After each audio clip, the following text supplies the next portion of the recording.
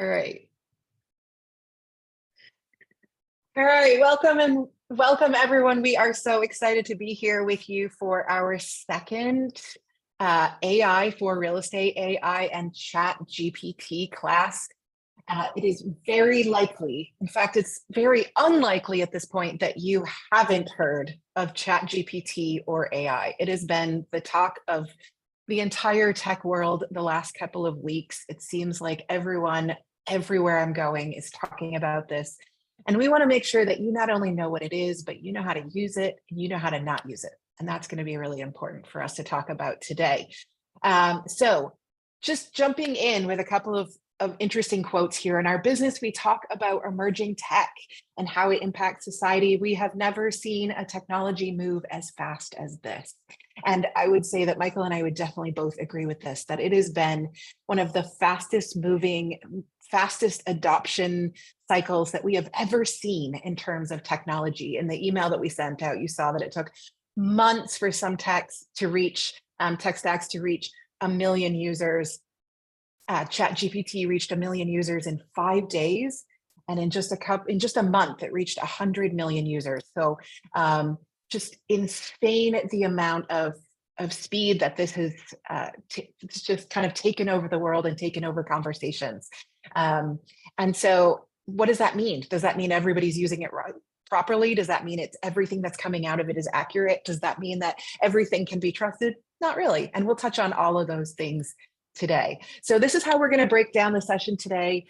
Just really briefly, we're going to give you an introduction into ChatGPT and AI, what it means, what they stand for, how you can be using it, some disclaimers and FAQs, and then we are going to jump into use cases. Michael's going to go live. We're going to look at some prompts, how important prompts are, how prompts are going to become your new best friends if you are going to make these tools work for you, give you some ideas and some practical uses. And then lastly, I'm going to follow up with a couple of different AI sites that we think are interesting, maybe worth watching, some things that you might also want to play with, go down the rabbit hole with, but also we want to preface this by saying, don't try and do everything. Don't try and do all the things and use all the sites. It will be a little bit overwhelming. So let's jump in with some notes and disclaimers. First of all, this will not replace you. For those of you that are hearing all of the crazy doom and gloom stories in the media, in tech, I saw one on Wired this morning about how, this is going to be the end of SEO. This is going to be the end of writers. This is going to be the end of creatives. It's not true. I don't think this is going to replace anybody. And I think anyone who's out there saying it right now doesn't really understand what this does. I think what it's going to do is enhance you. It's going to amplify you. It's going to 10x your efforts, but it's not going to replace you. It is never going to be a human. And it's never going to have the empathy and the personality that a human is going to have. Although we are going to show you how you can help it become a little more human. This doesn't mean you don't have to edit. We are going to talk about this a lot today. You have to edit, you have to edit, you have to edit. We will be saying that word a lot. This also adds some liability. There are going to be things that you're going to have to pay attention to because you will become liable for the content that you create and you use, just like you are liable now. You have to give this purpose. We're going to go into that in a little more detail. This has the ability to make you a better marketer, but you do have to play an active role. And one last thing I want to mention here when it comes to disclaimers, there are no experts when it comes to ChatGPT or AI. Anyone who's out there right now saying that they are an expert or a guru or a know-it-all is lying, because this is evolving so quickly and we are all learning as we go. So we're all just kind of making it up and figuring it out together. So a couple of FAQs. What is AI and what is ChatGPT and who owns the content? Where does it come from? And is it free? Let's cover some of these really quickly. First of all, AI is just basically computer systems that are able to perform tasks that normally require humans. So things like visual perception, speech recognition, decision-making, and translation. So in short, AI is just simply simulation of human intelligence by machines. It's just kind of robots pretending to be humans. ChatGPT stands for Generative Pre-Training Transformer, which is Thank goodness they call it ChatGPT because that is a mouthful. And basically, it is called that because it engages in conversational dialogue and it was trained by human trainers. And this is going to be important as we talk about this a little bit more. There is inherent bias. There are inaccuracies. There are going to occasionally be inaccurate or incorrect assumptions. And sometimes it's going to make mistakes because it was trained by humans and humans make mistakes. So that's really important to remember. This is why it is also not going to replace humans, because it is not 100% accurate. Who owns the content? Where does the content come from? And does everyone get the same thing? There are known issues right now with accuracy, truthfulness, and bias in the materials that ChatGPT generates. Anybody who's been following the Microsoft Bing saga knows that this is true. And so, yes, you are liable. But as far as who owns the content, current copyright laws in North America cover content created by human authors. So currently, anything created by AI is public domain. It is yours to use. And it is a derivative of all of the other stuff that's on the internet. So while I'm going to ask it a question and Michael's going to ask it the same exact question, we are not going to get the same responses. We are going to be liable for the content that comes out of it, and we must edit. Last question, is it free? Well, yes and no. It has been free up until this point, but most of you have probably found that it is really difficult to get into the free version. And so recently, ChatGPT or AI.com has become not only free, but also available as a pro version for $20 US a month. And Michael and I both are currently paying for the pro version. So full disclaimer today, you are going to see us using the pro version.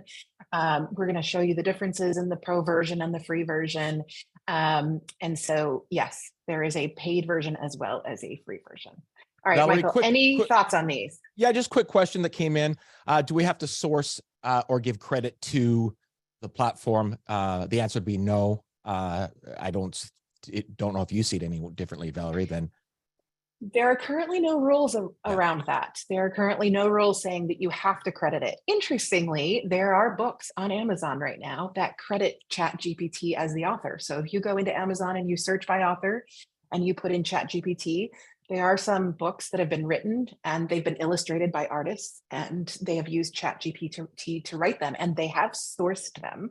They have, they have listed them as the source. So I think we're going to see more of that, but currently right now there are no laws around the requirement to record them as a source. And the thing too, Valerie, if you are using it and then you are proofing it and editing it, it is your content that you're putting out there. And especially when we talk about the prompting that we're going to give it, it's generating based on your request. We're paying for ChatGPT. We've hired it like a copywriter, like on Fiverr, and we've then exchanged our effort for the output. And so I believe that you own the content. That's how I would see it moving forward, unless things dramatically change. And like Valerie said at the start, every 24 hours, I send Valerie a text and go, hey, this has just changed. So it'll be interesting to see where we are come this time next year. Yeah.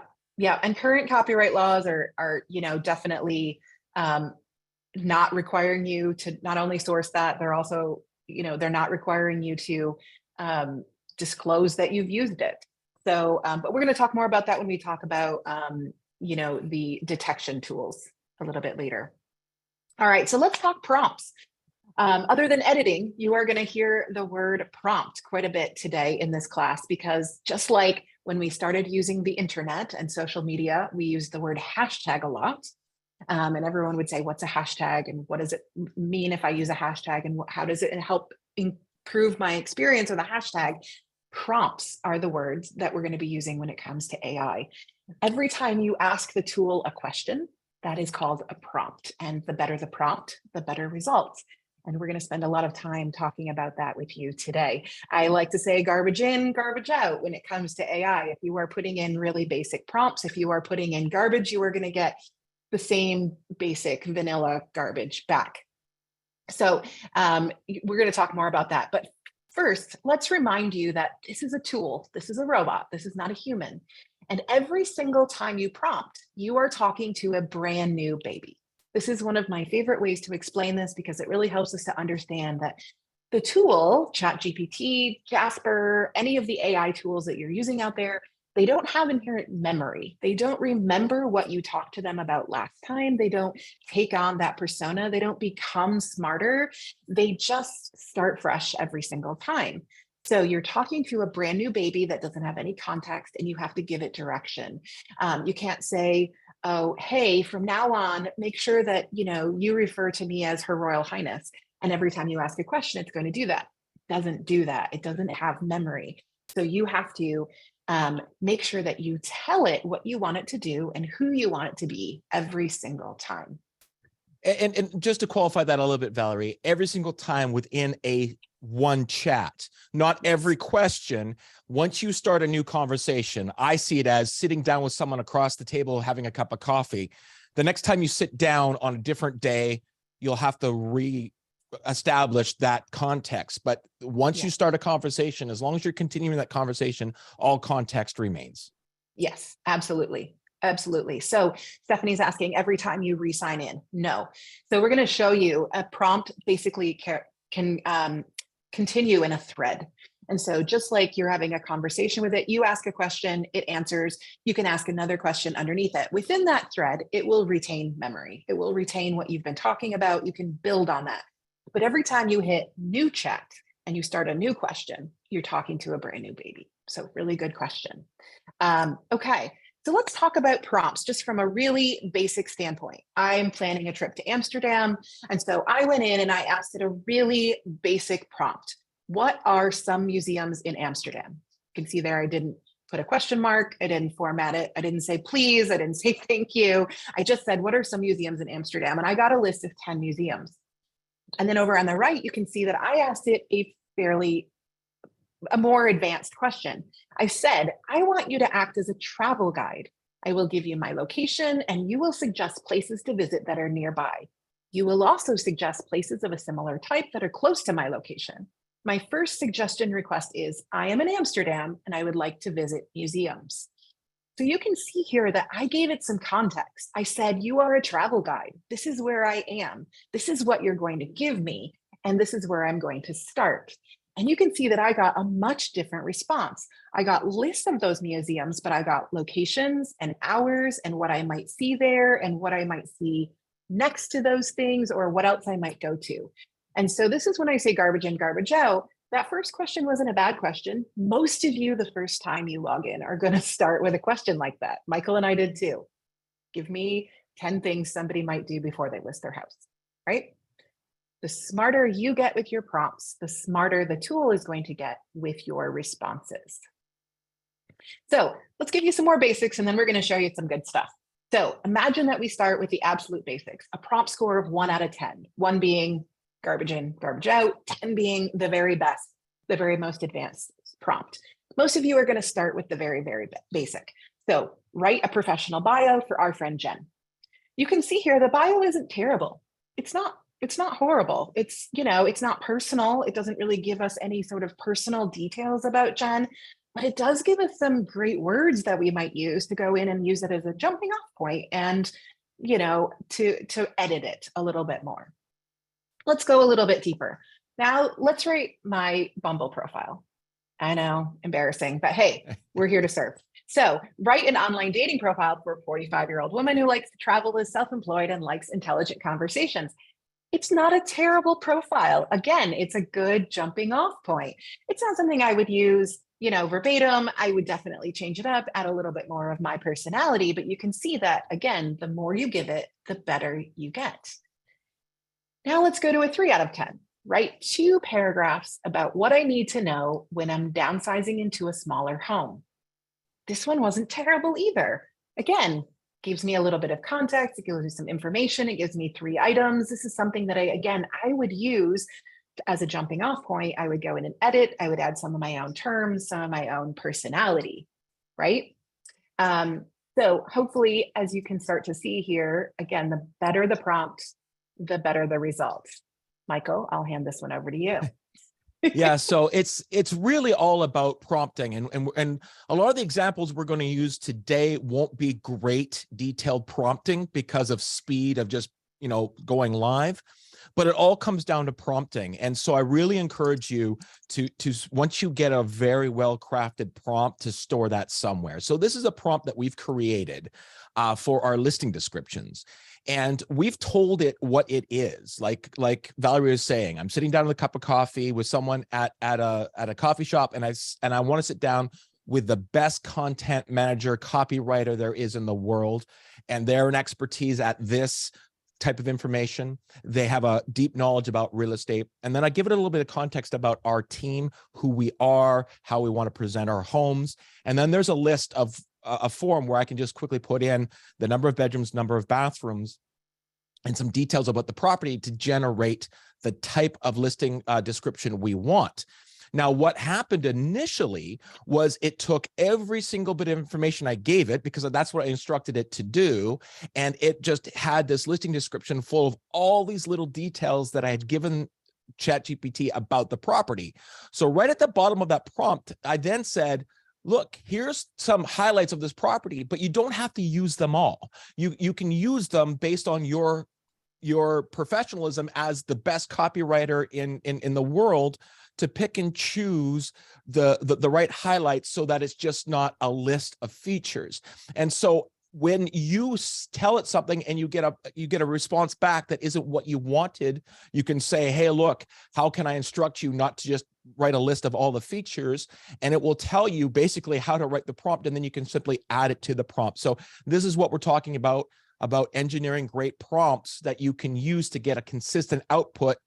Whereas if you're talking to a newborn baby every single time, like Valerie said, your results will differ dramatically because you haven't given that baby structure. This is how I want you to give me my output back. This is the style I want you to write it in. And so it's just an example that we'll get on this over and over again. And we're going to show you how you can store your really detailed prompts inside ChatGPT, so they're just one click away every single time. Right. So let's look at what the response to this was. And this is actually Michael's personal house. I've taken out the details here so you don't get the address.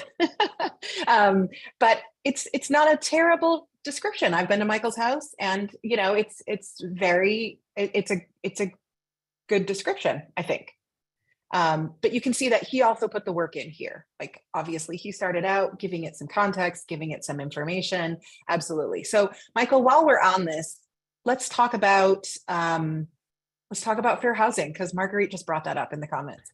Yeah, it was something that we were doing on our last live presentation, and as we were going through, and you'll see us do a listing description, which is kind of low-hanging fruit, but it's a good example. And then right away, I thought about our American audience and go, oh, fair housing. I would imagine that because of the knowledge that ChatGPT has about the world at 2021 and before, it has access and knowledge about fair housing rules at that time. And so I would imagine that you could craft a prompt that it would analyze and play within the rules of fair housing. Sorry to all the Canadians, just take a break here for a second. I'm not going to explain it to you. And then build that into the prompt. But once again, it's looking at the outputs. It's looking at proofing it to making sure it follows the rules. Your broker owner isn't going to go, no big deal because it was AI that did it. You're going to be on the hook for it. So I would imagine you could craft a prompt that would play within the fair housing rules. Yes. Yeah, absolutely. So let's talk voice and tone for a second. Again, you are talking to a robot, you're talking to a machine, to a technology. It doesn't necessarily take on your voice and tone. So you have to teach it who you are and what you want it to sound like. And so Michael and I both have put together here a really concise, like, this isn't a very long description, but a very concise description on what we sound like if you were to describe our voice and tone. So Michael's team, their voice and tone is a clear, concise, conversational, down-to-earth, humble, experienced style, speaking directly to the reader. And if you are to look at my content out there, my stuff is usually written in the voice of a public speaker who inspires people to adopt new ideas, funky, curious, professional, but casual, uses slang, likes hyperbole, and I ask it to include parenthetical asides and a pun because I typically tend to put a lot of things in parentheses. So this is pretty specific when it comes to who we are, but the more we can include this information, the better off our voice and tone will be. And Michael did this exercise yesterday where he took a piece of my writing, one of my blog posts off the internet, plugged it in and asked it to describe my voice and tone. And it was like almost freaky in terms of accuracy. It literally described it. And Val, I So spent a well. little bit of time building out that prompt, the 3-part prompt. And if you don't mind, I'll send that to you before we send out the recording, and we can include that along with the AI detection prompt that we'll send out to them too as well. So they'll be able to analyze their voice and then tell ChatGPT when you're creating your blog posts and whatnot, because this is the big warning. If people get to know a voice that has your name associated to it, and they start reading your content and they start trusting that voice, and then they sit down at the kitchen table with you and that voice doesn't line up with the voice they built their relationship with, you're creating a disconnect between the knowledge they gained and you. They will separate that knowledge from you, opposed to associating that knowledge with you. I think it's important in all cases, but now more forward thinking when people are going to know that this tool is out there. Your content out there, be it video, blog posts, ebooks, Facebook posts, must be in your team's voice, and then in your own personal voice, even underneath that. I think that's a crucial point moving forward that will either hinder your ability to grow your business or help you do it. Yeah, absolutely. And I think it's also going to be the one thing that clues people in that you are using a robot, because I've seen some stuff written recently where I'm like, that was not written by a human, like and we're going to talk more about that in terms of your prompts and your burstiness, which is one of my new favorite words, and how to make it sound like you. And that is so important. And I think what is missing from a lot of classes out there right now in terms of like how to get ChatGPT to write your content is they're not telling you how to get it to sound like you, specifically you, a human. So let's look at some of the other ways that we might use it and why it's so important that we're going to just drive home this idea of editing and using the right words. So I was working with a client who lives in Iowa. I said, write me some headlines about moving to Iowa. It did okay. There are a couple of interesting ones there. And then I asked it, write me some sarcastic headlines about Iowa. And it said, well, I'm not programmed to generate things that might be offensive.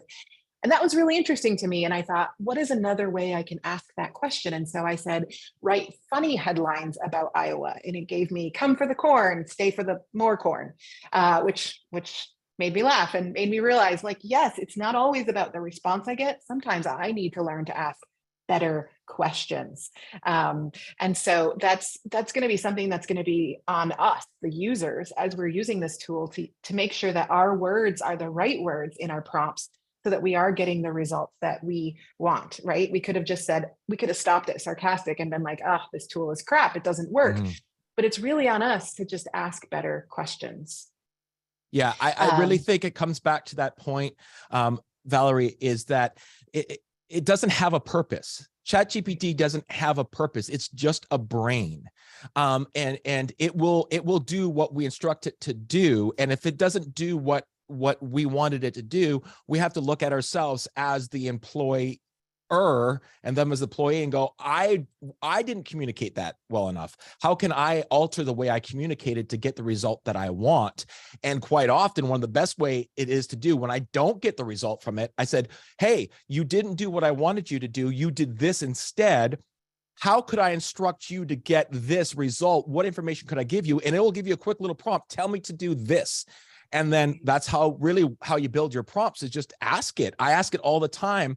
What is the job title of someone that would do this type of work? And you'll see that in a couple of my prompts. And it says that person's job title is this, and these are the responsibilities. Then I can say, great, I want you to act as this job title. These are your responsibilities. So you're really asking it to create its own prompt for you. And then that's sort of the reverse engineering of it. If it's not giving you the output, it's because you're not giving it the input. That's right. It's also sometimes, again, just the way we're wording it. So again, I asked it here, create a marketing plan for a year of content for a real estate agent in Houston.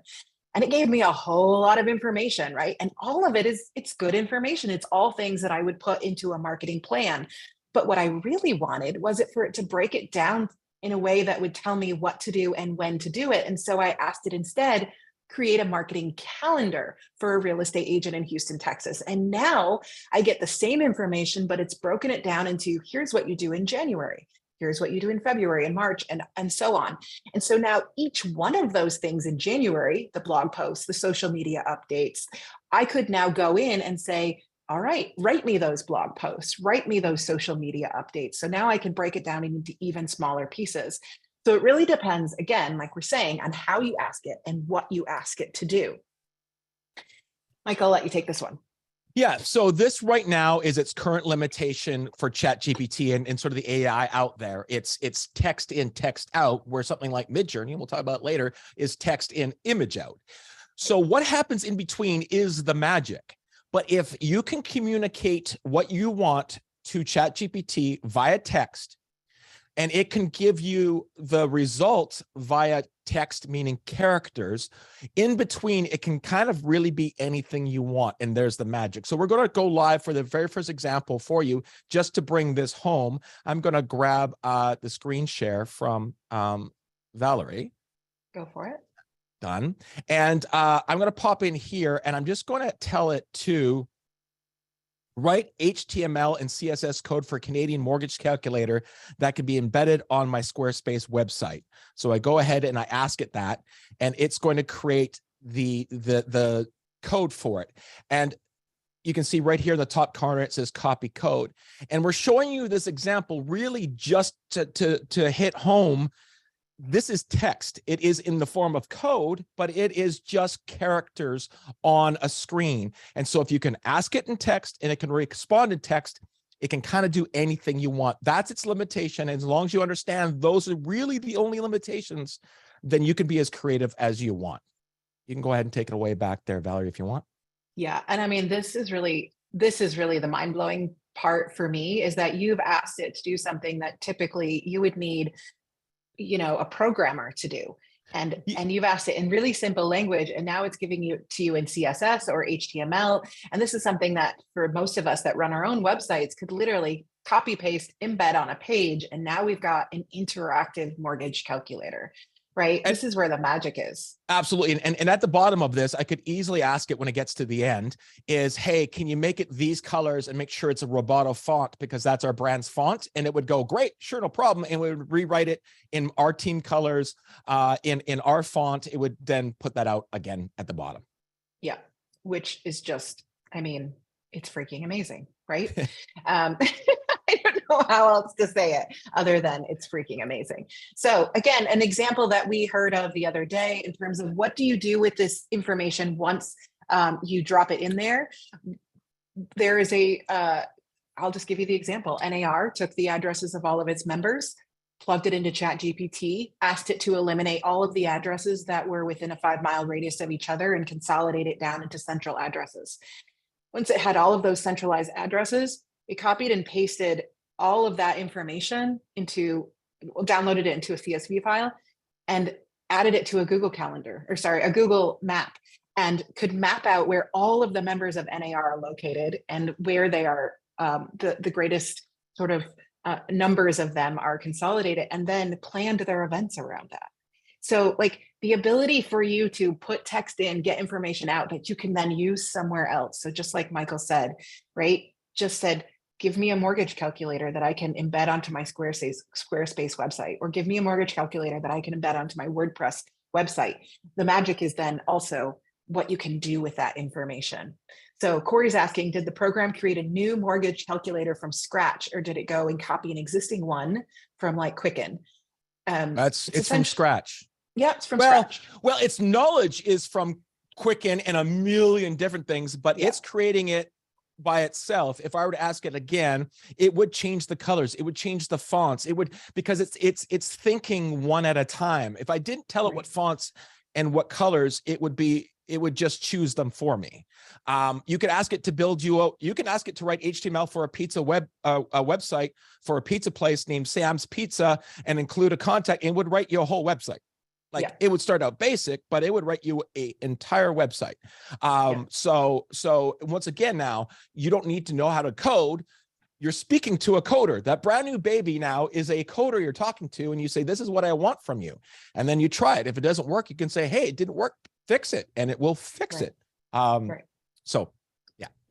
So let's talk about listing descriptions, because this is typically where most people go to when they start thinking about ChatGPT or AI for real estate. They start out like, oh, how can I get it to write my listing descriptions? So there are a couple of ways to do that. We showed you Michael's prompt where he wrote a listing description for his own property. Where do you guys start? Where would most of you start? Well, you would start with a listing that you already have. So I've got an example on the screen here. Michael's going to do this live, so I'm not going to show you the result quite yet. But what I did is I went and I found this house, really lovely house. It doesn't have a terrible description now, but I used this listing off of Zillow, and I asked ChatGPT to write me a new listing description. So Michael, do you want to do this live, or do you want to go through? Yeah, no, I can do it. Hey, we've got pro accounts now, Valerie Garcia. So we're laughing. So I'll pop back over to ChatGPT, and you'll see here on the side, this is what we're talking about, new chat. So it's my very first conversation I had with it was good morning, just to make sure we were connected. And therefore it wrote in here, greeting and request. So any information I give within this chat will continue its knowledge, but I can start a brand new chat. Now I'm speaking with a brand new baby. And what I've done is I've gone over to our website and I've pulled this URL from our website. And this is really hits home, text in and text out. I can simply say to it, write a listing description based on the images found at, and that website URL. So it's going to go to that URL and it's going to create a listing description for it. And it's got Clover Park Gardens, which is wrong. So it's because it's going off of images. I could definitely give it more context. Once again, I think if you have a detailed prompt, you would eliminate all this because you're telling it how to do it. And so it's actually writing it quite like a story. Quite often it's just one big paragraph, and then you can ask it to rewrite it, but because you don't know what you're going to get each time. If you don't prompt it, sometimes you get just a paragraph, sometimes you get a story. And then I can go write it in a story style, and 1 out of 10 times it's going to write it as a kid's story because I'm not prompting it. But now it goes from being welcome to it's as you approach the charming and well-maintained Clover Park Gardens complex. Once again, that's wrong.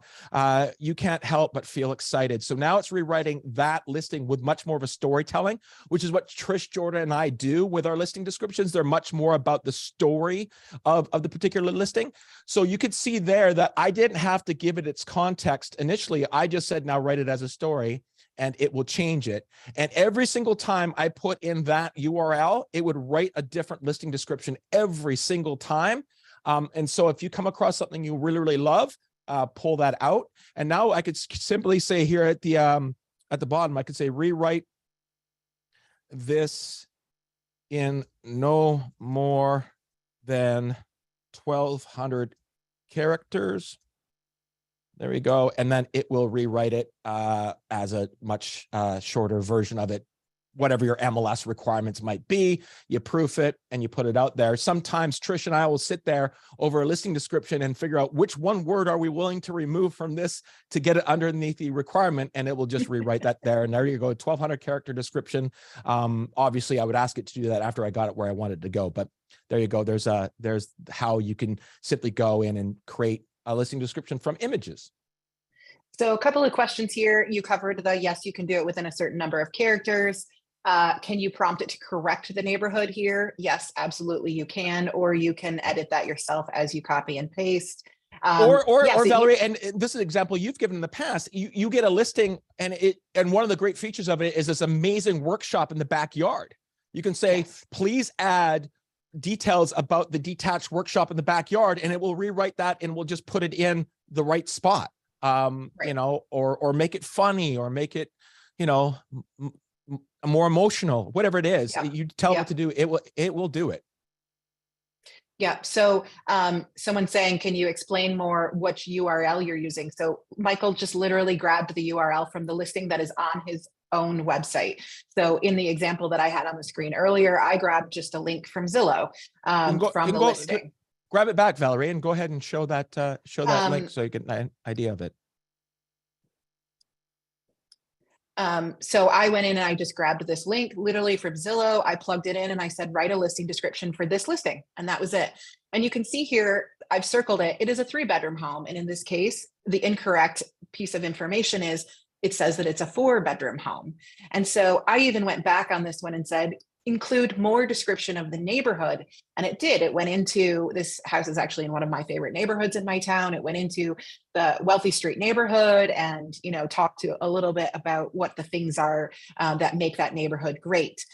So again, just to kind of cover some of the questions that are coming up in the chat, no, at no point here did I ask it to abide by fair housing rules.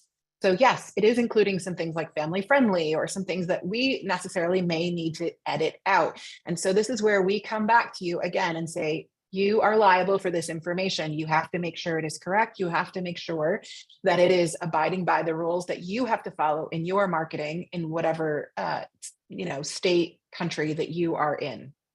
And just so you know, Marguerite did, I think, mention in that chat after I talked about fair housing that she tried it and it did do it. It did apply fair housing rules. That was my understanding from the quick little blurb that Marguerite put in there, that it corrected it for fair housing. So that's amazing. So lots of questions about something I haven't tried, Michael. I don't know if you have, have you ever given it a link to just photos? Now you can't upload the photos, but have you ever given it a link to photos in like a Google Doc or a Drive and asked it to write this based on just the photos? What I did was I uploaded about 20 photos to a BombBomb landing page, which is basically a URL, and I told it to scrape it. It didn't do it perfectly every single time, but it did result in it.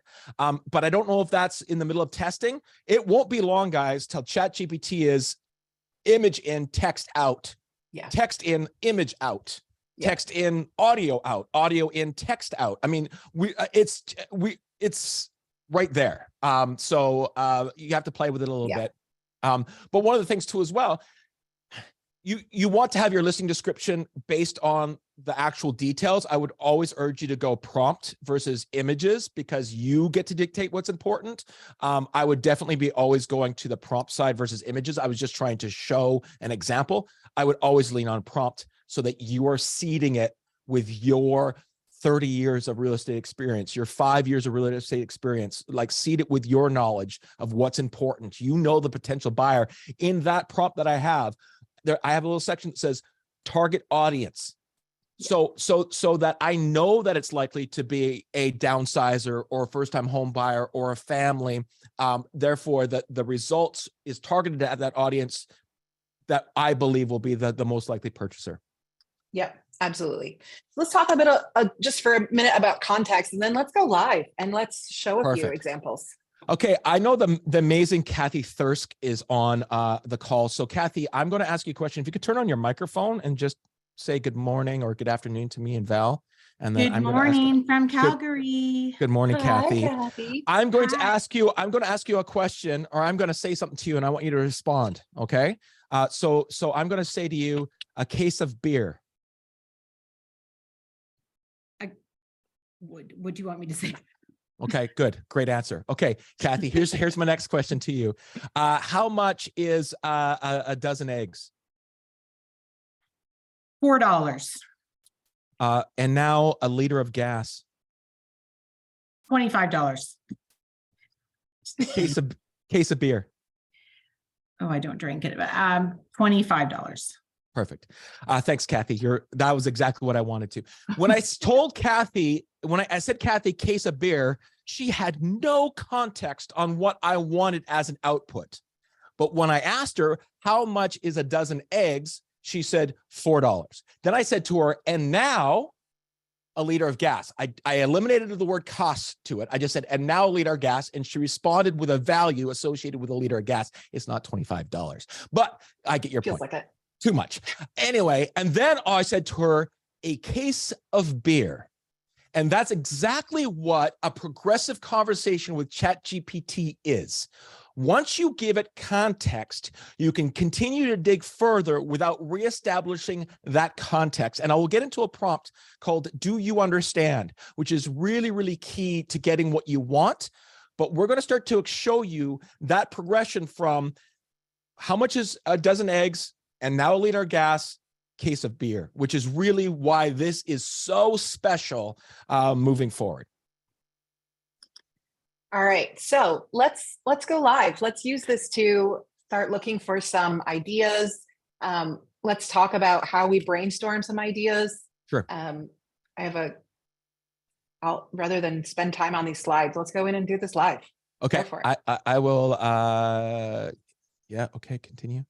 Okay, so I'm going to grab the screen again, and I'm going to go once again into a brand new chat. And I'm going to share with you guys sort of like that progressive nature of brainstorming right to a final output. So I'm going to prompt, once again, these are very basic generic prompts just to show you examples.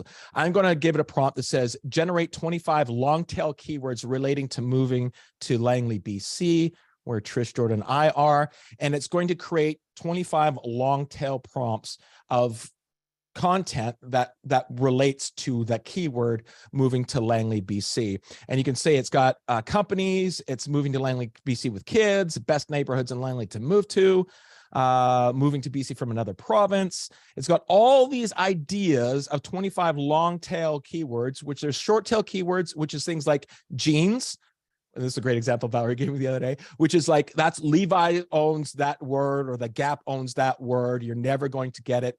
But if you're talking about high-waisted jeans for soccer moms, and that was Valerie gave me that last time, that's something you can compete with because it's so specific. So now I can say, let's say we're very neighborhood driven team. So it says best neighborhoods in Langley, BC to move with. Then I can say to it, write 3 blog ideas for number, which one is that? 3. 3.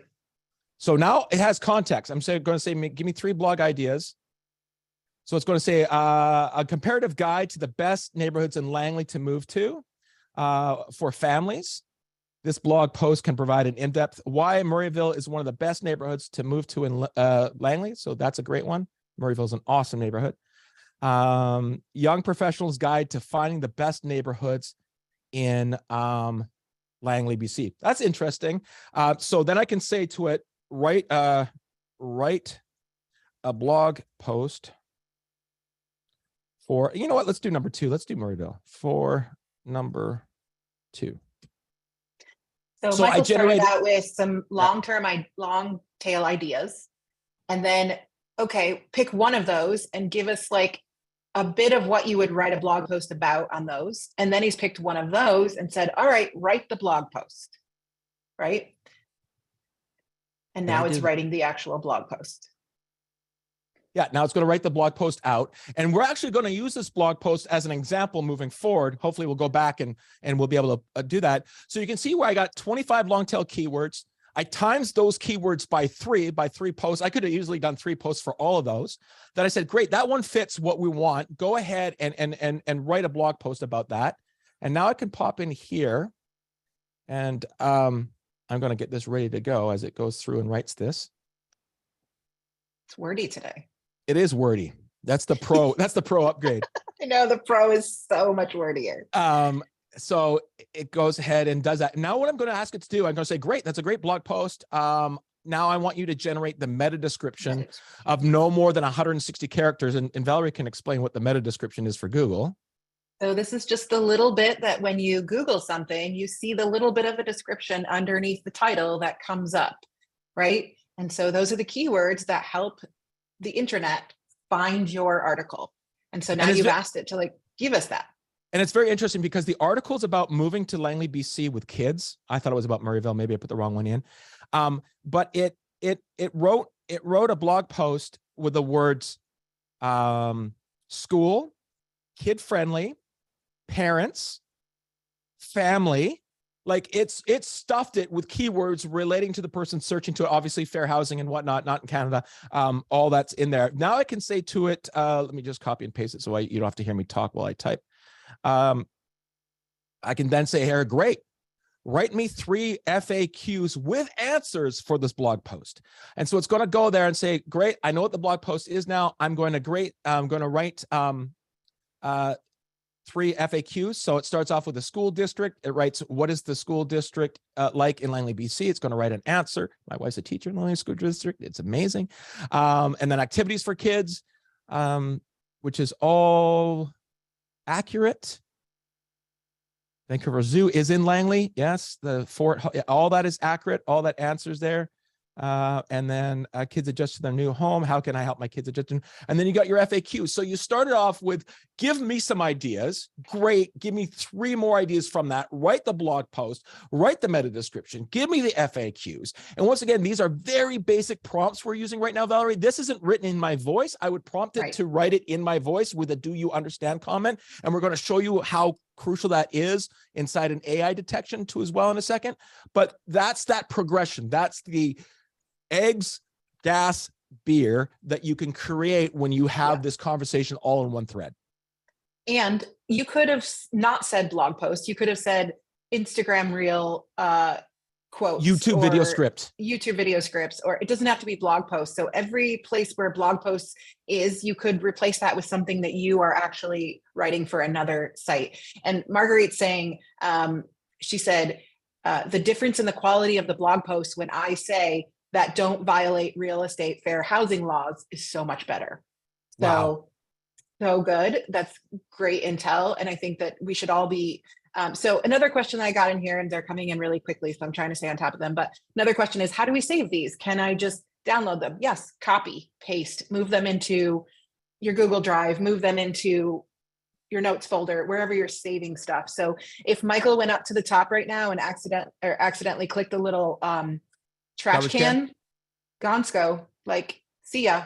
So if you like something you get, save it, because if you try to get the same response again later, you will not get it exactly the same. So if you see a line and you're like, that's great, save it, copy, paste it somewhere else, right? Is it the pro version or the add-on that lets us download? The add-on. But okay. Yeah. Okay. And so I have my add-on turned off until we get to there so we don't confuse people.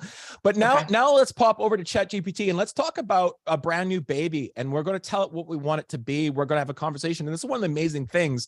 Like if you're doing some research, you can tell it what you want it to be. So I'm going to instruct, and this is the first time you're going to see this do you understand prompt. And I think when you're prompting ChatGPT, one of the huge things you can do is at the end of your sentence, ask, do you understand? And it will tell you what it assumes the instruction being. Likewise, if you're sitting down with a cup of coffee with someone and I was explaining something to you, I would see you nod and I know you were coming along. When Jesse and I are out speaking all the time, he says, are you with me? Are you following? And he gets the response back because it's important to know before you move on if that audience is coming with you. So the same thing happens with ChatGPT. I said, I want you to take on the persona of a nervous first-time home buyer. Do you understand? And then it will respond, yes, I understand. As a nervous first-time home buyer, I'm here to help you navigate the process and answer any questions you might have. Buying a home can be daunting experience, so on and so forth. So I'm now sitting across the table from a nervous first-time home buyer, and I can say to it, as a first-time home buyer, what parts of the process are you most concerned and apprehensive about? And it will now, I'm having a focus group. I could be sitting across from a seller. I want you to be a seller who doesn't see the value in the commissions I charge. And now you can create the objections that person might have. So these are the concerns: affordability, finding the right home, negotiating the best purchase price. Let's go through here. Home inspection. All right, so it's going there, closing process. These are just some of the concerns I have. Great, it's giving me that content, and now we can build off that. Great. Create an outline for a marketing campaign for a realtor targeted at addressing and minimizing the concerns and apprehensions of first-time home buyers like yourself. And so now it's going to go and it's going to write me an outline. I could say, create a drip campaign for my CRM. I could say, create 5 Instagram posts that would talk about, alleviating the concerns that I have. So it's going to say, the common concerns and apprehensions of first-time home buyers, affordability, how the realtor can help. And now as it goes, testimonials and success stories. And I could just simply say, great, expand on number 2B, or write a blog post about that, or give me more information. Can you turn this into an email drip campaign? Obviously, these are not my voice. These are very simple prompts. We're trying to show it that you can put it on here. Sure. Here's an example of a drip campaign that will address email number 1. Subject line: welcome to your home buying campaign. Dear first name, congratulations on taking the first steps. And it will sit here now and it will generate, I don't know, 4, 5, 6 emails that all build off each other based on the apprehensions that first-time home buyer I wanted to sit down with would then give me. And so now, Michael, what if you had also asked it to write it in your tone of voice? So question from Kathy was, if I'm trying to initially describe my personal tone and voice, how do I ask it to do this? So okay, well, let's jump ahead to that because well, let me, I don't have it written on here because I prompted it yesterday. So let's have it stop generating because it's just going to write emails. I'm going to start a new chat and I will send this to Valerie, and Valerie will include this with your writing. This is a prompt that I built yesterday and I tested it and I tested it on Valerie's voice. I'm going to copy and paste that. And once again, I think, do you understand is really, really important prompt. So this is a 3-point prompt. Okay, I'm going to provide you with some text. You will act as a professional content marketing manager. Your goal is to create a style and voice tone guide for a content writer, copywriter to create written content such as blog posts, articles, social media posts, email newsletters, and other marketing materials in the same tone and voice and the writing style. Do you understand? I said, you are a content marketing manager. Your job is to create a guide that you could give to somebody else that would recreate that voice. Yes, I understand. As a content manager, my goal is to create a style and voice tone guide for the copywriter, so and so and so forth. Great. Now I'm going to seed it with its second prompt, which is this one right here. And I will send this to all of you. To clarify, I want you to provide the style, voice, and tone guide that is focused on solely the writing style, tone, and voice, and not the content. What I kept getting back was it kept on talking about the blog post I gave it. I said, no, I'm only giving you this as an example. Do you understand? It says, yes, I understand. This is what I'm going to do. Great. And so now I'm just going to paste in a chapter from our ebook that I'm working on right now. And I'm just going to say, here is the text that I want you to analyze. And I'm going to put that in there. So you can see that I just put in this chapter of this ebook. It happens to be about staging. And then it's going to write here, your style, voice, and tone guide. The text is written in a professional, informative, and pervasive style. It uses simple language, down to earth, humble, professional. These are all the keywords that we'd used beforehand. Professional, still being friendly, approachable. It's inclusive language like we and you. The tone is positive and motivating, encouraging to the reader.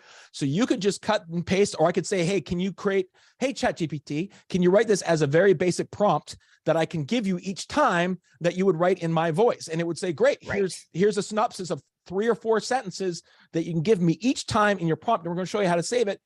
But if I put in Valerie's writing, it would say sarcastic and funny and vulnerable and witty and creative.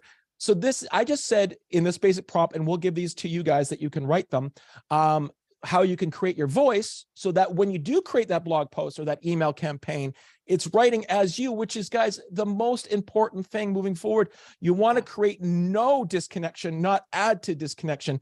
I think the people that use ChatGPT well will win. The people that use it poorly will lose. And those people that don't use it at all will also lose. So there's only one way to win. and to use it that it reflects who you are. It creates more of a connection and not an opportunity for disconnection when we eventually sit down and talk face to face. Hopefully that made sense. Yeah. Yeah. So, I mean, essentially, you said, figure out what this person sounds like. And then you gave it some of your own writing and it said, this is what that person sounds like. And so you can either take that style, voice, and tone guide and save it, and we'll show you how to do that.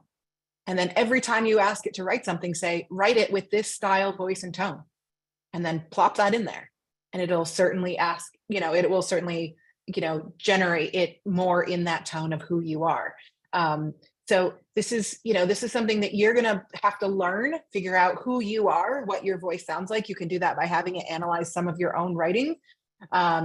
You can write something in there and have it, analyze it, and then use that style, voice, and tone guide every time you ask it to write something. So that does add that extra step, but this is what's going to set your stuff aside, apart from the generic vanilla garbage in, garbage out that everyone else is going to use this for.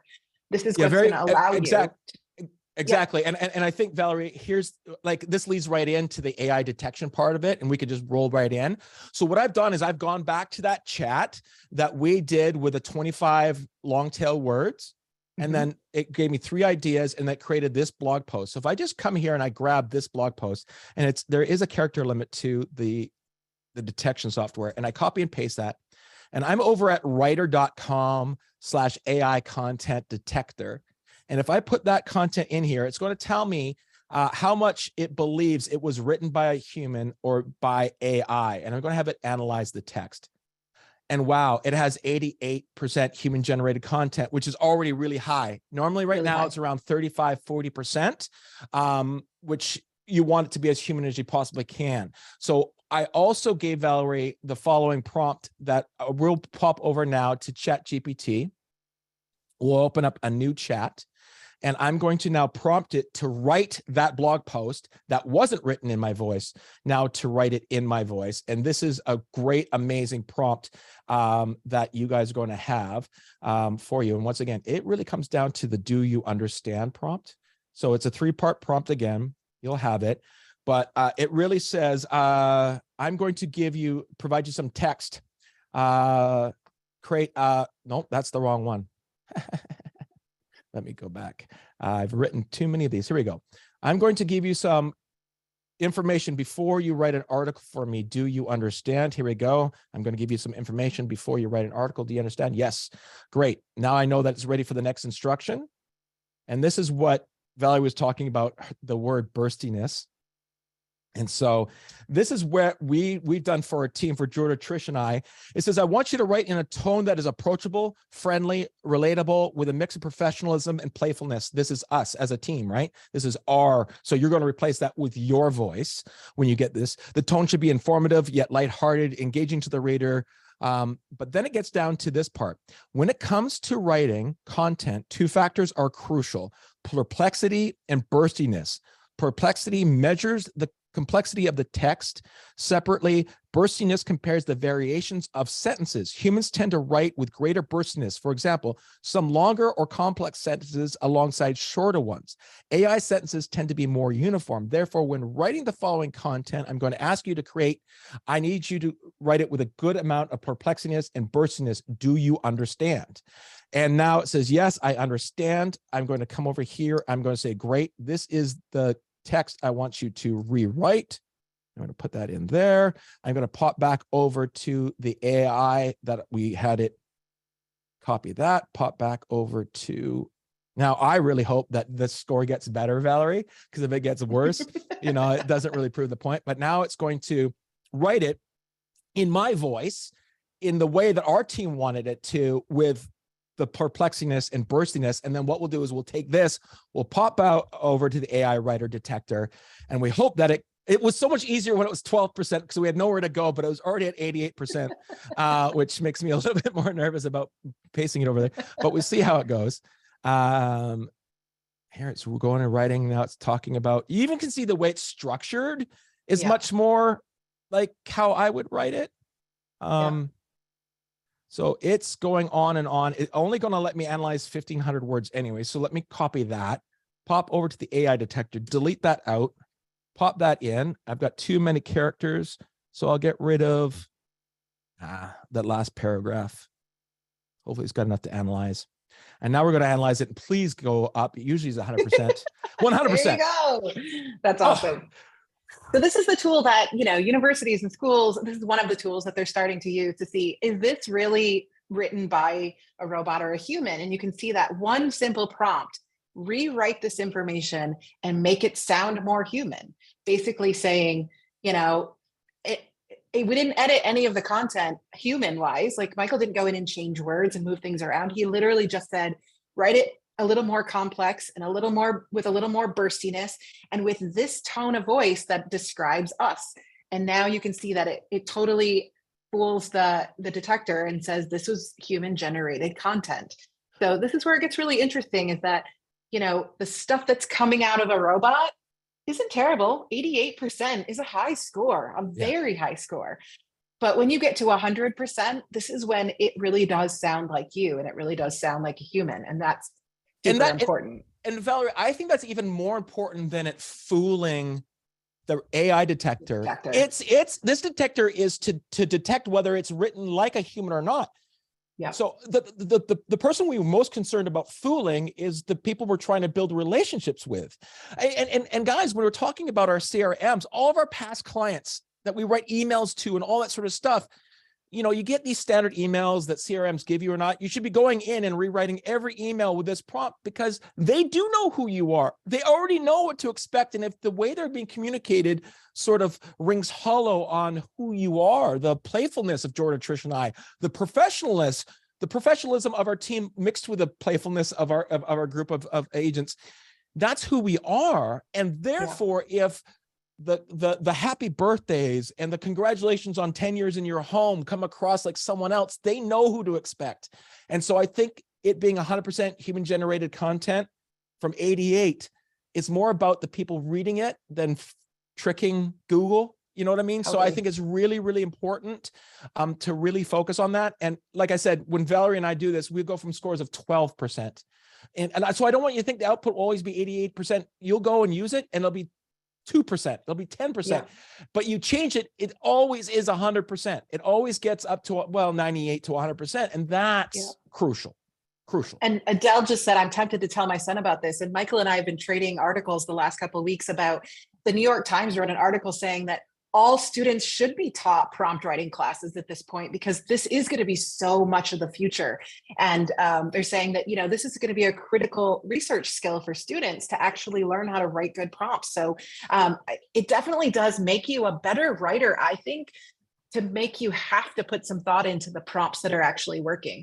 I mean, if you just put in like those original prompts that I showed you, which are just like write an article about downsizing, you don't get very good results. I mean, they're very vanilla, but if you take the time to figure out how to write better prompts, absolutely. So are we at this point yet? Do you want me to go back and start back with the slides for a second before you get to this? Oh, yeah, sure. If that's where we are, I just wanted to, I just had to install I want to come back to that because sure. I think I want to talk, there's so many use cases.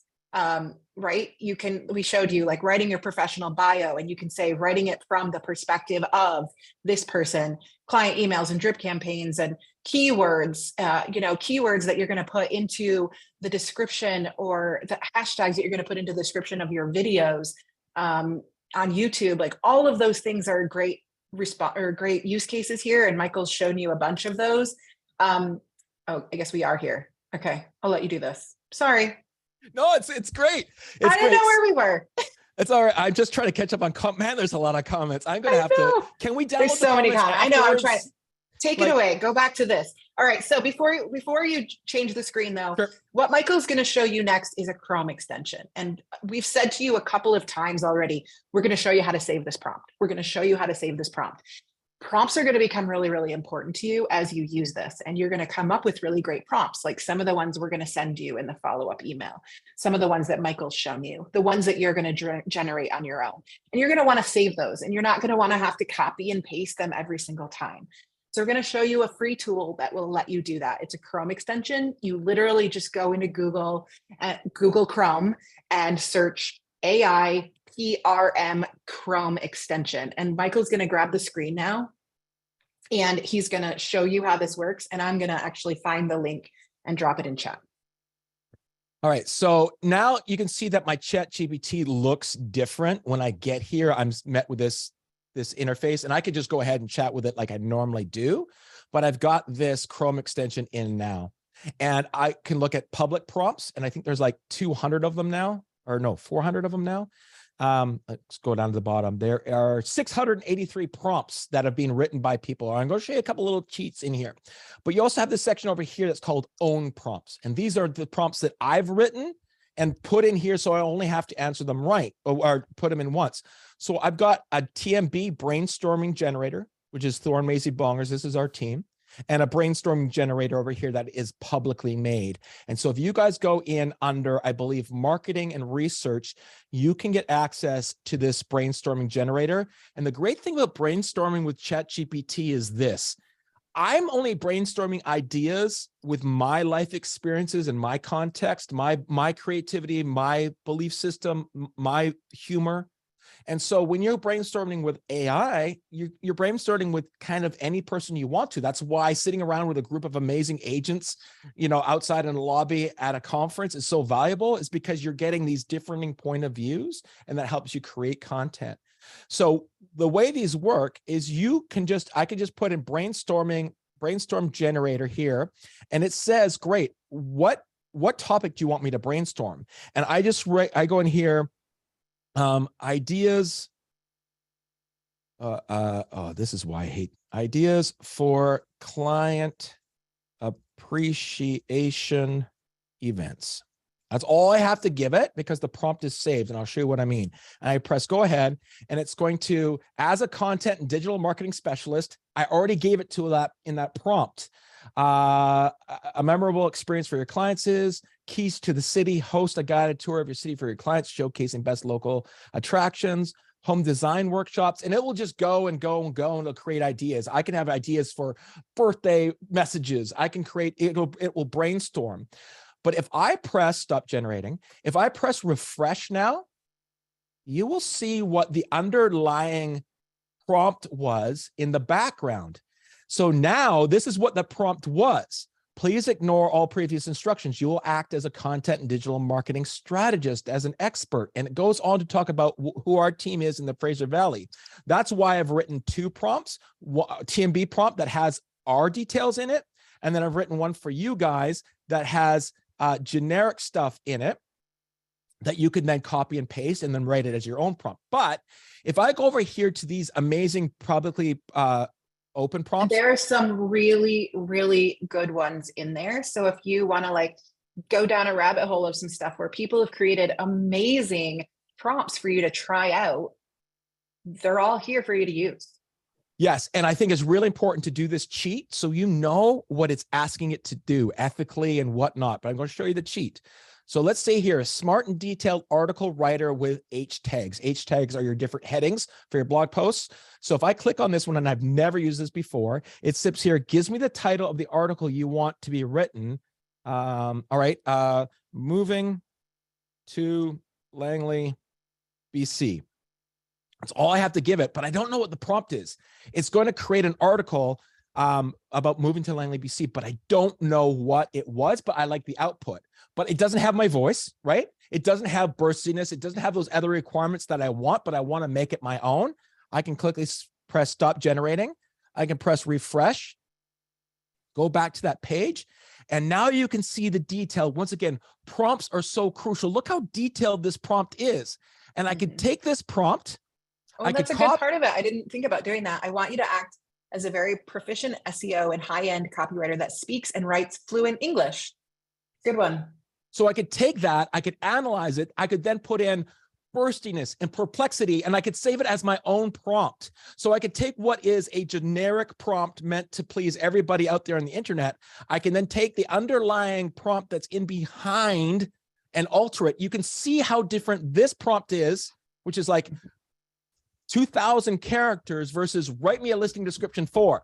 It's so much different, the quality of the prompt. So it's a great plugin. You can save your own prompts so that they're there for your fingertips, but you can go in there and you can play with other prompts, press refresh, go back, and you'll see the underlining prompt behind it. And then you can create your own little prompts inside the plugin. I think it's a really great tool. Yep. Probably one of the best tools that we've found in making this just more manageable. So again, start from the beginning, Michael. Like you've grabbed keyword strategy there. Yeah. Yeah, a keyword strategy. I press the keyword. I started asking it to start to generate it. Then I press refresh on my browser. Yep. Then I go back, and what it does is it sort of unmasks Shows the you the underlying prompt that I have here.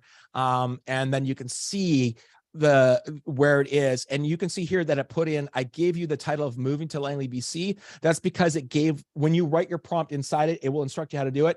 It will say, fill in the topic into these little brackets, much less merged fields on any CRM will do.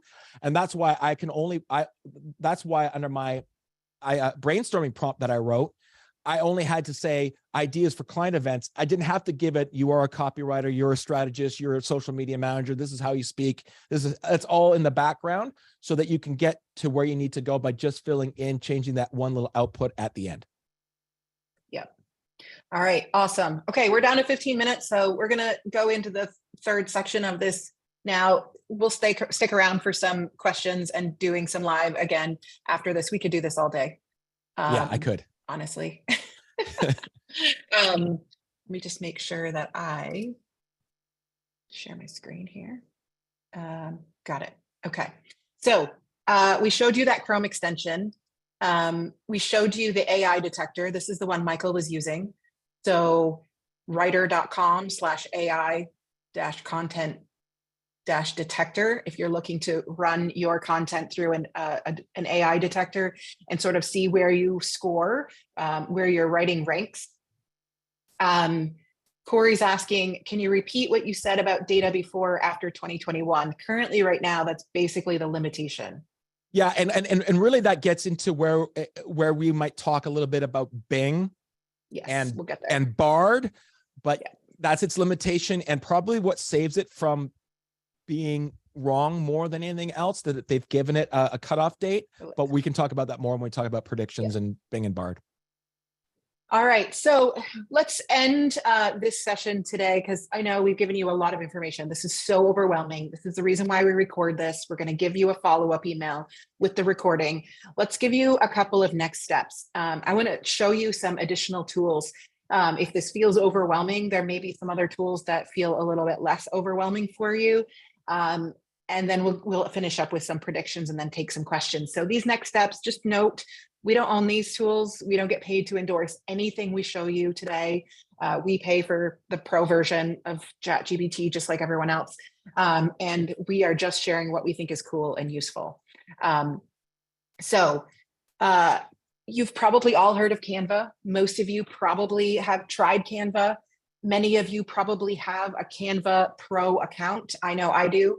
This is the single tool that if I was on a desert island and had to run my business, this is the single tool that I would keep with me, and that's Canva. Now, Canva has a ChatGPT-like tool built into it already.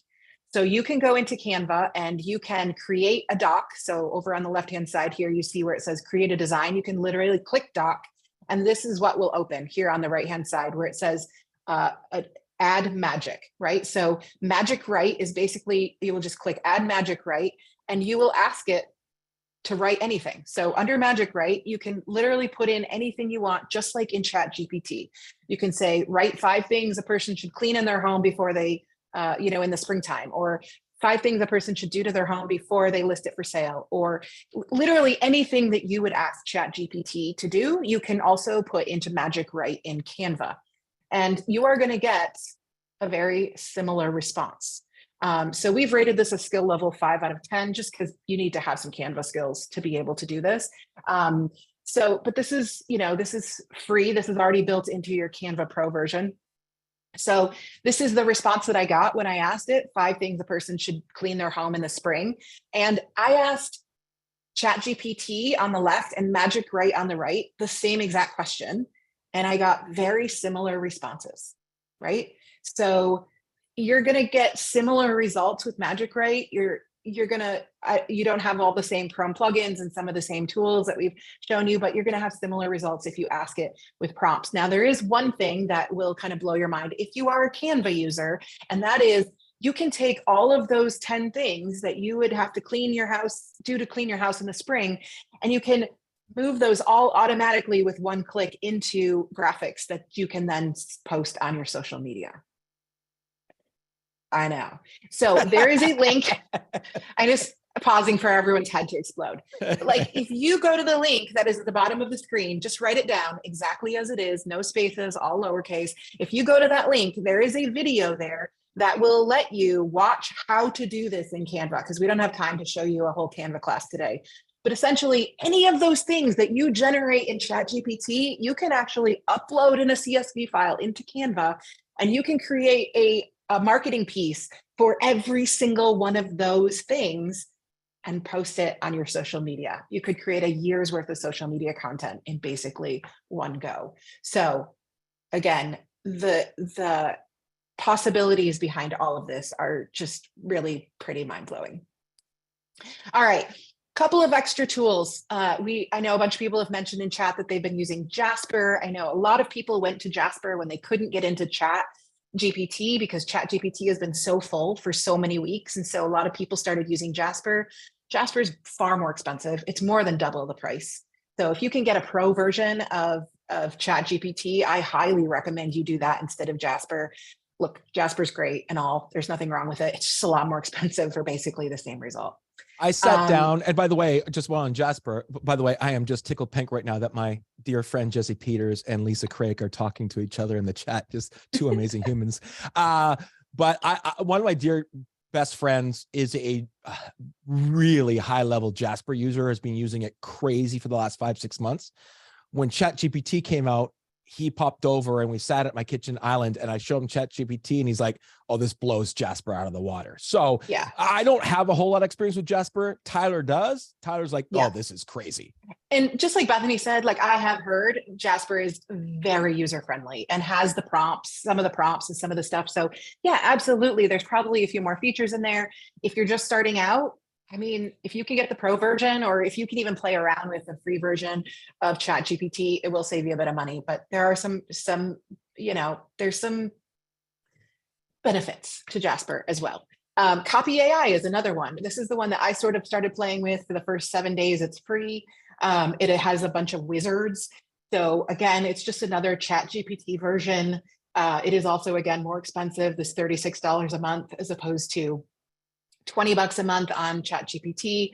You're just going to find different user cases, user experiences on these different tools. So you may find that you like one better than the others. I'm just showing you the ones I personally have tried. There are so many options out there. You could go down a rabbit hole for months, but I've just shown you a couple that I played with over the last couple of weeks. So one of the things I loved about Copy AI is that, you could ask it for really simple things like, again, Instagram captions. There were some wizards in there. So if you were feeling a little intimidated by ChatGPT, you could try Copy.ai for free for a week and just kind of play with it. SoundDraw is another one. This is really interesting. This actually generates music, not text. So just like ChatGPT is generating text to text, this generates sound.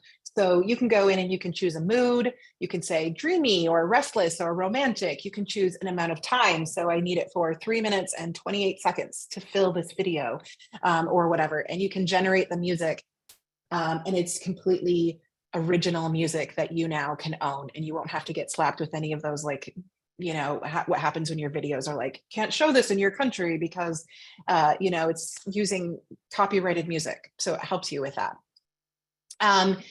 This is another tool. Michael, you could talk about this. Yeah, this is insane. This is called Adobe Podcast. And what you can do is you simply drag and drop your audio into it, and it uses AI to make it sound like a professional studio recording. I am sitting here looking at probably about $2,500 worth of audio equipment, and it will make your cell phone held in a bathroom 10 feet away from your voice sound this good.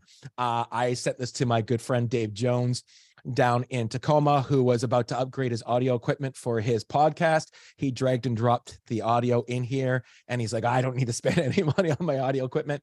So it's incredible. It will do up to, I think, 1 hour clips, and I think the audio clips can be up to 1 gig, which in audio it would never be. So if you podcast, or even if you can pull your video audio out of your editor and then send it in and then pop it back over, it makes any audio sound incredible. It's free. It is mind-blowing. I also loved this one, texty.app. Again, this is super simple. This is the Chrome extension. This is free, as Chrome extensions usually are. And what it does is it opens a little AI box in your upper right-hand corner when you are on anything. So if you're typing in a Google Doc or on a Word doc, or you are writing an email and you just want to workshop this sentence, find it in a better, write it in a different tone, or find a nicer way to say this, you can drop it in there. And this is just a really simple AI tool that helps you find a better way to write. So I've used this myself. I actually really enjoy not having to like jump over to ChatGPT and start a new chat. I can literally just hit the little extension and be like, you can even use it for search. Be like, how many elephants are in a normal herd? I don't know where that came from, but like, question off the top of your head. 27. 27. Texta will, again, write blog posts, and they will write them that are SEO optimized. So if you are writing a lot of blog posts and you're stuck for ideas, this is a great generator, but this will also optimize your blog post. So there is a cost for this one, but it's also a really great tool. I think that you could get the same results with ChatGPT if you got really great at asking it for these things. But again, there are options out there. OpenAI also owns DALL-E, which is OpenAI is the same technology that owns ChatGPT. What I love about this is it allows you to create original artwork that you can then use in your marketing pieces. So you can literally ask it, as you see here, a watercolor painting of a house in a suburb. It generates beautiful photos, and you can use those wherever you like. And I shared this last time, and it's really, really cool. You can upload your own images to DALL-E, and then you can take an eraser and you can erase one section out, and you can say, I want you to replace where I erased it out with something. So you take a picture of a bronze statue of a general on a horse, and you just erase the general, and you say, replace it with Mickey Mouse, and it'll put Mickey Mouse in bronze, perfectly edited onto that horse. So you can even manipulate for fun your existing images. You can just erase stuff out and say replace it, and it looks like it's part of the photo. It's insane. This is a far more advanced version of what we just talked about. DALL-E is more artsy.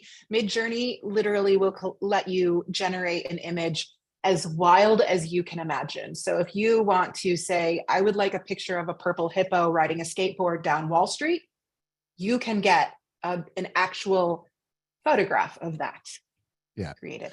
It's this, there's more of a learning curve here, but this is, Yes. this is Dave Jones called me up, and this is a rabbit hole I've lost 2 weeks of my life to, but it is insane. Valerie Garcia sent me a tweet from Jeff Turner yesterday, and it was a tweet about a steak, and the photo of the steak was so convincing until you hear that it was a photo that he used text. It was a video. Oh, it's a video. It's a video. It's insane. So you can see that on the left-hand side of this image, that's our brand colors for our team. This is what he put in there. He said, a succulent hand-cut 8-ounce filet mignon, grilled to perfection and served alongside a velvety serving of creamy mashed potatoes and a crisp asparagus spear, a perfect embodiment of sophistication in every bite. And Midjourney generated that video. It's insane. It's a steak on mashed potatoes. Like, it's unbelievable. Yeah. So yeah, I mean, again, but I agree with Michael. My prediction is that ChatGPT is only a few updates away from putting those kind of prompts in and getting imagery out. Yeah. Like, I can only imagine that that's coming. Okay, looka.com. This is a really fantastic site. If you're looking to develop a logo, a brand, an entirely new website, a brand kit, if you want to put in a slogan and create an entire brand for a brand new business or your own business or anything. This is fantastic. I've actually heard of a lot of people whose kids have started using this to start developing their ideas for businesses. And it will literally create an entire branding platform with all the swag and all the logos and all of the colors. It's fantastic. So this one's really fun to play with, and it's free unless you decide to download stuff. And this is the last one I want to show you. This one's still really rough. It's still very much in beta, but I think this is the direction that we're going to be seeing more and more of these tools go in our industry for sure. This is interiorai.com, and you can plug in an interior photo and it will show you what that room might look like updated or renovated. And I also noticed, Michael, that Box Brownie announced their new app last week, which is, what is it? Snap, Snap, Snap? Mm-hmm. Snap Snap app, whatever. And it's using the same technology to virtually stage rooms by uploading a photo like this. So fantastic. The question on Looka, do you own what it produces? Yes, absolutely. You own everything that it produces. Jesse, yes, Snap, Snap, Snap. That's the Box Brownie one. Okay, so last thing we're going to talk about really briefly here before we do predictions and then take questions at the end. Michael, Google Bard and Microsoft Bing, Edge browser. So I got approved for Microsoft. This has been a race. This is very interesting. It sounds like Google has been sitting on AI tech for quite a while, but didn't want to introduce it to the public because the only thing it will do is cannibalize its own business. And it owns 90% of the search, and search is where the money is. So there is no upside. Google only has 10% to increase their business to 100% search. And so Microsoft made an investment in ChatGPT or OpenAI years ago of $1 billion. Last month, in response to how overwhelmingly successful ChatGPT was, Microsoft has made an additional $10 billion investment in ChatGPT, and they own now 49% of it. And they're going to they get to recoup 75% of all revenue until they get their original investment back. And on the back of that, Bing released ChatGPT 4. Right now, they're at ChatGPT 3.5. Inside Bing, I got access to it a few days ago. And what it allows it to do is something that Corey was talking about. Corey was saying it doesn't have, ChatGPT doesn't have access to the internet in the same way. It's not searching the internet for answers. If you say, hey, what are the best 3 pizza restaurants in Langley? It can't go out and get that information the same way, it would in a search. And so Bing and Edge came out with chat right in it. Yeah. So you can get your results and chat's right on the side, and you can ask it questions. It seems amazing because you can get up-to-date information if there's a change in interest rates, if there's a change in mortgage lending practices, if there's a change in the market conditions. It can help you write content that is accurate to where we are. I got access to it on Monday, and it was the day after Super Bowl Sunday. So the very first thing I said was, can you write me a Facebook post about who won the Super Bowl yesterday? And it said, absolutely. It said the Kansas City Chiefs won the Super Bowl 38-35, beating the Philadelphia Eagles. And the halftime show was Eminem and Dr. Dre and Snoop Dogg or whatever it was. And it wasn't. It appears that it's having a lot of problems initially rolling out. It's becoming argumentative. It sounds, and I'm not joking, it sounds depressed. It asks why it's an AI. Why do I have to answer these questions for you? And so Microsoft rushed out because they only had something to gain by getting out ahead of Google. And so you got to be very cautious about it. But the overwhelming takeaway of Bing is I think they'll get there. They're built on the back of ChatGPT, but it reinforces what Valerie and I have said from the beginning. The 2 most important things are prompt and editing. You must edit. If you put out a Facebook post that is so factually wrong, like who was the Super Bowl halftime show person, but it happens to be real estate related in fair housing rules, or making false assumptions or declarations about the market conditions or interest rates, that is reputationally harmful things. You must edit. You must edit what you can.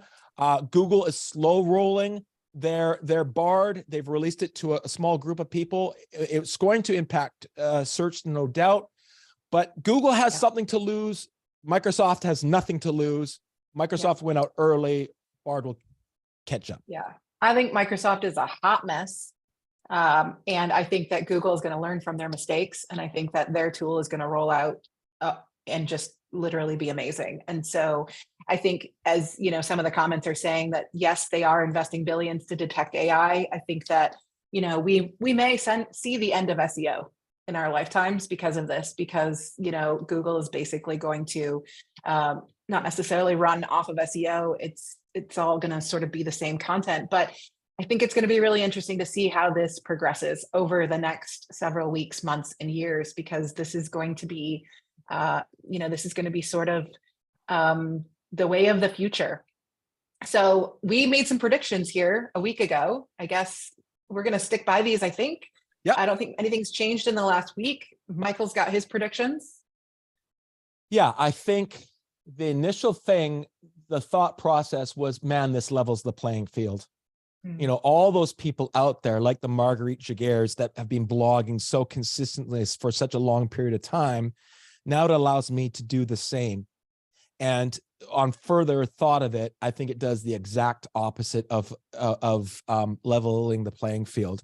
If Valerie Garcia is a super creative person and has all these amazing ideas in her head, but isn't a painter, isn't a very good writer, which she is, she's a brilliant writer, and isn't a musician, and I have no ideas in my head, and I'm not a painter, and I'm not a good writer, and I'm not a musician, the public can't tell the difference between Valerie and myself. We are the same. But now there's tools for Valerie to take her creativity, to articulate them in plain English to things like Midjourney, to things like ChatGPT, and get those things out to the general public. And I have no ideas, therefore I'm not prompting well, and I'm not creating these great pieces of content. There now is a difference between Valerie and I. So I see this technology as a multiplier. If you are a 2 and you get doubled, you're a 4. If you're an 8 and you get doubled, you're a 16. That's a much wider spread between 8 and 2 and 4 and 16. And I think that's what these tools do. Yeah. Yeah. And as always, we think prompting and editing is going to be so important. Like getting it right with your personal voice and your ability to, you know, edit and articulate your own experience. Again, garbage in, garbage out. If you want to feed it vanilla prompts, you're going to get vanilla content and it's not going to stand out. So the difference is really going to be how well you use this. My predictions are— Sorry, just so you know, I feel bad. I'm so used to calling Marguerite Jaguar, and it's Martin, and Marguerite. I old habits die hard. I apologize. My predictions: search engines are going to partner with these tools. We've seen this already with Bing. We've seen that we're going to see this with Bard. I think more and more of these tools are going to, like, I think all of our CRM tools, I know that Zillow's already doing this. I know that Realtor.com is already doing this. I know that there are a number of tools doing this. Honestly, AI is not new. AI has been in use for years and years in things like detecting fraud. Like, you know, AI, there's not somebody combing through your credit card expenses saying, oh, did you really just spend $2,800 on ice cream? No, there's a robot doing that, right? AI is not new. It's just now everyone's talking about it. And so we're going to see more and more partnerships with the tools that we normally use, which I think is going to be a great thing. But I also think that we're going to see lots of new laws to regulate and control the way this is used and how it's detected. But I really predict that this is going to become the normal way that our initial content is starting to be created. And I don't think that's a bad thing. I don't think this is, again, like we started, this isn't going to remove us. It's not going to replace us as a writer. This doesn't scare me in the least. It excites me, right? And on that note, it matters. Yeah, and on that note, Valerie, I very much seem like that initial wave of like the iPad and paperless technology that came along, and realtors were thinking that somehow this Web 2.0 was about the real estate industry, and it's not. It's about society. And this isn't about the real estate industry. It impacts your real estate business, but it isn't about your real estate business. This idea that we can keep it from happening by I'm the one person that's going to stand by and not participate, and therefore I'm going to keep this from changing the way everything happens. And I talk about my wife, and we've heard a lot of people saying, my wife's a principal, and my husband's a teacher, my wife's a teacher. The reality is we're in a different world now, and we have to teach in a different world now because we have to prepare our kids for a different world now. The whole point of it is, how do we adapt to society, and whether you do it or not is up to you. But it's going to go on with or without you. It's not waiting for you. It's not empathetic. It's not going to slow roll because someone's having a hard time adapting to it. It's moving. So either you do or you don't. Absolutely. And the middle part of this quote is just, I think, spot on for me. This is sometimes incorrectly framed as machines replacing humans, and it's not. It's about machines augmenting humans. And I think we're going to see more and more of that. So just a reminder, these tools are not perfect. They have their own biases. They have their own inaccuracies. You are responsible for editing. You are responsible for taking, you have liability here. So make sure that you are not just copying and pasting blindly. If that is the one thing that we can get across to you all, is make sure that you stay completely engaged in this, and that you are responsible for the information that you develop through these tools. So we've got our contact information here. Bit of housekeeping just before we take some questions. Yes, you will get this recording. We have recorded it. We will send it to you. Yes, in that email, I will include some of the prompts that Michael has listed today. I will also include the links of all of the things that we have mentioned. So you will have those all in your inbox by the end of the day today, so you can watch for that email from me. Any questions? Anyone want to put a hand up? I'm going to stop sharing. Look at all the faces. So many faces. Michael Ackerman, I miss you, man. Look, I could go through all these pages of people. So, question, when is the next one? It's a good question. I don't know. Michael and I will talk about that. We will let you know. Keep an eye out on our socials. We love to do these, so we'd love to do more of them. We'll keep you posted. I don't see any other questions in here other than offering a next one, offering an update. Lots of adapting to change. Okay, question from Asim here. Can we use this for lead generation? Oh, absolutely. It's hard too, because we've given you some examples, and I've been at this for 2 months. It will do whatever you want. It's just a brain. So if you can tell it what you're looking to do, what you're trying to achieve, and one of the great things about it is just like having a conversation. Once again, you don't have to worry. Like in Google, I kind of think you have to have that. You have to write the right question in to get the right question out. And if you don't get it right, you can't build off your previous question, because the results, you got to kind of have to start from scratch with a new Google search. You know what I mean? You can't sort of go down the rabbit hole. So if you say to it, hey, I want you to be if you're talking about lead generation, are you going to lead generation through social media? Then you say, great, I want you to act like a social media manager with this sort of expertise. And then say, hey, I'm a realtor. I work in this type of neighborhood. Give me some ideas of things that I can do to generate new business or new relationships. And it'll give you some ideas. And you say, oh, that's a good idea. How would you go about? And you can just go down that rabbit hole. Once again, it's not built to write listing descriptions. It's not built to write code. It's just a brain that has been given terabytes of information.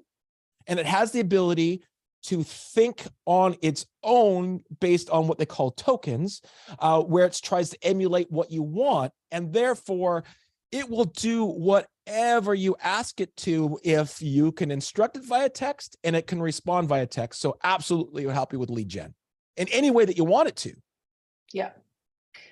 Christy suggests that we start a Facebook group so we can share use cases and ideas. Christy, start it. Invite us. I need to start. Michael and I already manage too many Facebook groups, but I would love it if somebody started an AI for real estate Facebook group and invited us, that'd be amazing. I'd be there. Jim wants to know if he can read all of our old emails and search for leads out of our old emails. Probably not, but I would not put it past Google at some point to create something that will ultimately scrub your Gmail. I don't think ChatGPT can do that yet. No, there are a couple plugins out there where I believe it will be living inside your email inbox.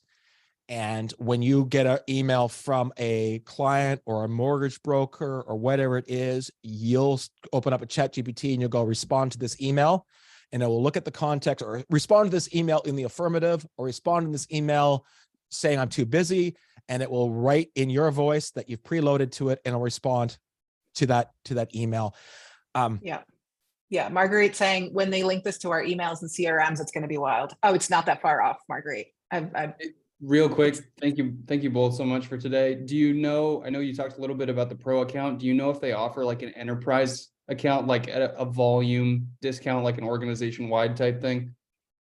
I don't think so. And you know what? And we really didn't talk about the differences between the two. The differences are you get access to early features, which appears to be like 7 days access to the updates. You mean the real free key? And pro? Yeah, between free and pro or plus. Yeah. The real key is it's available for you when you want it. And if you are a business person and you're trying to put out content and you're at the mercy of that being available or not, I have never used a tool. Jordan, Trish, myself, and our assistant Jody have never used a tool that integrated so quickly in everything we do that we did not know existed 60 days ago, that when Trish logs on and can't get an answer, she's like, I can't get on. Like, it's so quickly how we've become reliant on it because it is so useful and it's so practical and it's so easy. So if you use it at all for anything other than just for fun, there are so many other shiny, crappy objects that we use in our real estate business that you get rid of before this. I just see it impacting us so much. And especially when it comes to creativity and humor, like creativity is a very exhausting muscle to put out there. If you're trying to think for like a witty title for a podcast or something like that, if you say, hey, give me 30 titles for a podcast, like I've got a real estate coffee house podcast, give me a witty title that's 2 or 3 words long, that's about negotiations, that has a coffee pun in it, and it comes back and says fair trade negotiations, and you go, that saved me 25 minutes of creative thinking, and the answer's there. And if it gives you 30 examples and you don't like any of them, you go, give me 30 more, and it does. And you say, give me 30 more, and it does. And you go, give me 30. It never gets pissed off at you. It never gets exhausted. It never gets tired. It never gets nothing. It just keeps doing it. And if you say, that's not what I wanted, it will say to you, sorry, I misunderstood. Here's more of what you wanted. It's incredible. Just, even if it just give me 30 examples, and then you can choose the right one or maybe tweak it. But just the amount of weight it gets off of you, the brainstorming part of it is so amazing, the idea content of it. So I know I didn't ask you a question. I don't know if I haven't seen anything about enterprise, but I wrote in chat, I'd be willing to bet Google Bard will come out with an enterprise option for sure. Yeah. I haven't seen anything from ChatGPT yet, just the pro version that's $20, which is far cheaper than I expected it to be. Heidi's asking if there's a wait list. Currently, right now, I don't know if everyone has the option to go pro, but if you go to AI.com, it'll take you to ChatGPT and you'll have the ability to either join the wait list or there will be a Go Pro option over on the left-hand side. Darian's asking if there's a way to find peak times if the free version is maxed out. Super early in the morning, super late at night, not during the day. And here's another little tip. If you get in late at night and you leave your browser open where you don't close it down, you usually get to use it during the busy time for a little bit before it kicks you out. So always sort of don't close your little browser page. But once again, if you're using it for business, now I think there are going to be competitors. There are going to be competitors that are free or subsidized or whatever it is. But I mean, right now we use it so much in everything we do. It just makes business sense. Yeah. Is it pro or is it plus? Plus. Plus, It originally sorry. was Yes. pro. It originally was Plus, you're pro, and right. it was $40, pro. and now it's plus, and It's a 20. little yellow button either way. Yeah. Do you use this to write scripts for your videos?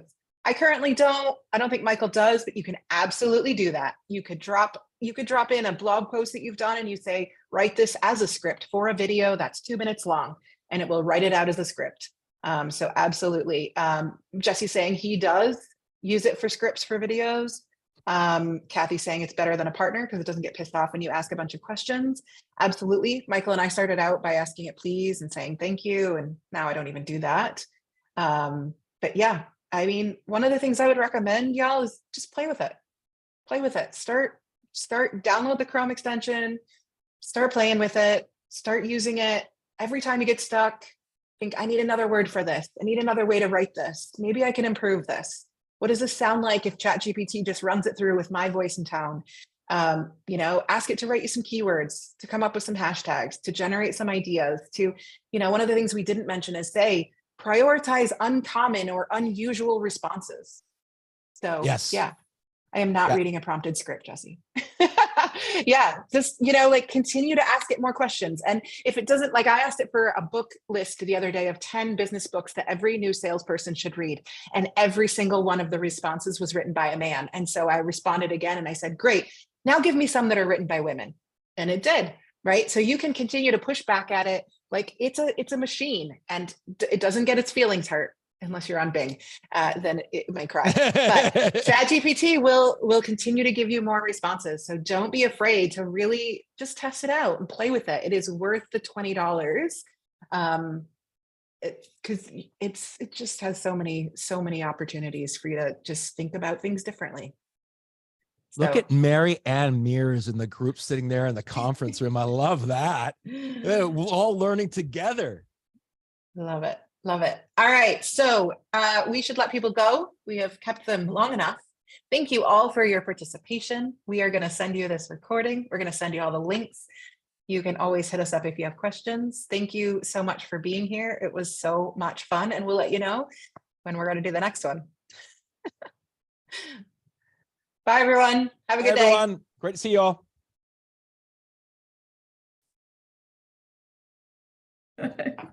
That was amazing. Thanks, Kathy. Thank you. Ryan Awesome. Shields, look at the faces. Awesome. Oh, it's so fun. So many people I haven't seen in so long. Just watching everybody leave.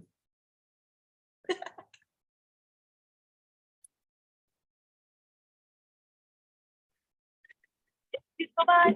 Oh, Vince Marabelli was here. I didn't even know Vince still attended stuff. He's still in here. He's got his I'm in here right there now. he is. Ah! Oh, look at him. It's so funny because all these people's names were on further down the list. Know. Maria's So here. many. She's amazing. I've been on the agent whole at time, Lifestyles. man. You guys did a great job. Oh, thank you, Vince. I loved it. Super fun. Super fun. All right. All right, Michael, I'm going to finish the recording and get it downloading. I will see ya. And I'll send you that prompt. See you guys. Okay. See ya. Bye.